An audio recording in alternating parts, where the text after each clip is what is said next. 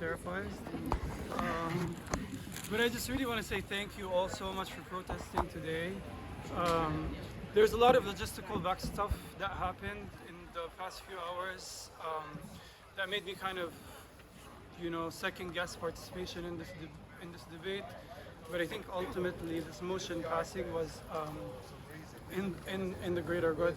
I obviously left as soon as I finished my remarks, but I've been trying for a while to come out to say hi, because I really appreciate you coming here in the cold and organizing the way you organize, and also refusing. I think it's deplorable, the idea of even debating Zionists, let alone debating Zionism, because it's such a clear cut thing. Particularly in the past 14 months, we have seen how starkly obvious and self-evident it is. So I had conflicted feelings about this, and I have conflicted feelings about these institutions. But there was so little time to kind of change course, and I really didn't want to ruin everybody's programming by pulling out. I think the participation was more or less meaningful, but I think I would much rather be out here with you all. And I really appreciate you taking the time to not only protest today, but also all of the organizing. We've been following it on social media or on the internet. It's been really meaningful, I think, in the States and in this country and in larger parts of the West. The student movement has really been leading the fight for Palestine in the diaspora, and it's been really amazing and interesting because you guys, sure, you may be in these fucking Ivy recording. You may be in these oh, don't worry. Private. Can we use it? So yeah, whatever, it's fine. You may be, I had before the encampments, to be honest, I had this idea about the Ivy Leagues and the private institutions. The police is filming. If you're not covered, That's fine.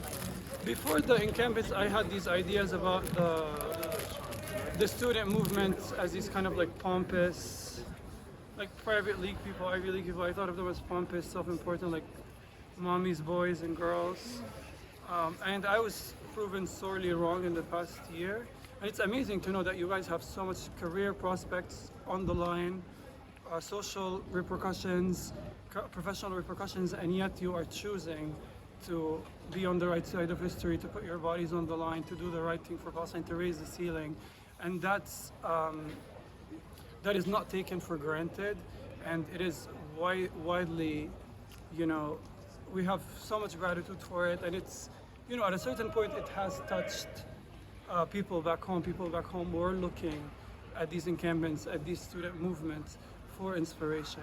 So this is why it's super important to continue raising the ceiling, especially when people who are protected, when people who have access, when people who have class privilege, who are tenured or protected by institution, refuse to raise the ceiling. So I thank you. I also want to clarify, Noura asked me to speak earlier, but I just felt like I looked really ridiculous in a suit. So I hope you forgive this. take it off. But yeah, I just want to say I really appreciate you all. I appreciate your grace also for not putting my face on a flyer. But yeah. It's okay. I didn't know, they're Yeah, I saw your face when they told me. Yeah, I didn't know these were. But it's okay. They also didn't announce it. Huh? Do you have a jacket? What? Do you have a jacket? I'm fine. Yeah. Sorry, you gotta listen.